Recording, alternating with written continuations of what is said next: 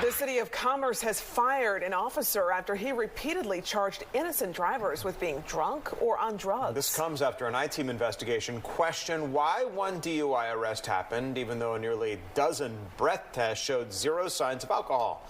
An expert tells Fox 5 I-team reporter Randy Travis a lot of this is due to a department putting too much trust in the judgment of one police officer. Randy joins us now here on set with more. Randy. Yeah, Tom and Courtney, imagine driving home from work or school and a police officer pulls you over for a busted taillight.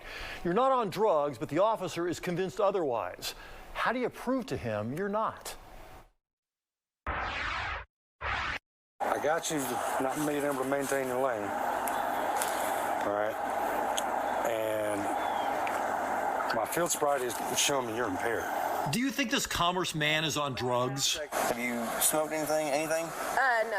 What about this Athens woman? They say that I've been drinking and on drugs. If you guess they're both sober, your judgment is better than a cop supposedly trained to spot drunk drivers. With you not being able to maintain lane, I feel you are impaired. So I am going to arrest you. Blood tests eventually proved they had no drugs in their systems and their charges were dismissed. But that was months after Commerce police officer Cody Wood started them down a road of humiliation. He's now been fired. He locked me up in front of my child. And I wasn't under the influence of anything. But Shaquila Usher, Logan Phillips, and Christian Exxon are three of the dozen others whose DUI drug cases were also dismissed earlier this month. Instead of giving him a ticket for the taillight, he got a ticket and went to jail for something he didn't do. Logan and Christian say Wood never took them for a blood test. Shaquila's results were not back by the time she went to court. He asked me if I was taking anything. I was like, no. Why would I said, no. Sir, why would I be taking anything? He was like, well, your eyes dilated. I'm like, how? How do you prove you're not under the influence of narcotics? you can't. All the dismissed cases involve Officer Wood. In his reports, he wrote that the driver failed various field sobriety tests, the walk and turn, the one-leg stand, the horizontal gaze. So you're saying you don't do drugs? All right, sir.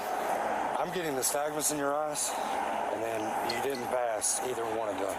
The walk and turn. The officer has to make a determination. Obviously, he's trying to do, he or her are trying to make the best decision and make sure that people aren't driving on the roadways impaired. Mike Blute teaches DUI enforcement for all Georgia police officers.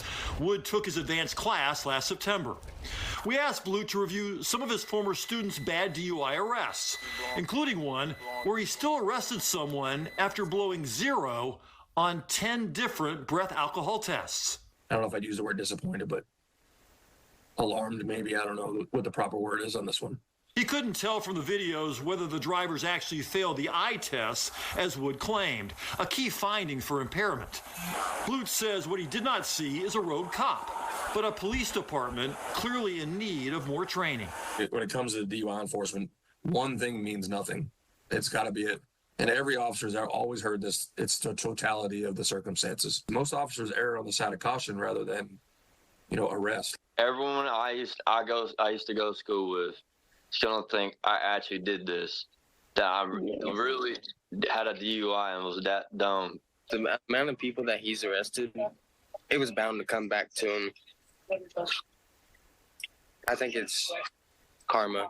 Then there's the evidence against Kenyon Rollins, who's still waiting for his case to go to court. It looked like you got something green up your nose. He said, I'm about to charge you with under the influence of drugs. Because of what you had up your nose? Yeah. There was nothing up my nose, period. But I was thinking, what just happened? How could he do this? And, Well, in a statement announcing his termination, the City of Commerce said some of Wood's arrests were, quote, made in error, and he failed to, quote, adhere to supervisor direction. I reached out to Officer Wood. He did not reply to a request for comment. And by the way, the GBI was asked to come in and investigate all of these cases, and they turned down the City of Commerce because they said they didn't see any criminal activity on the part of the officer.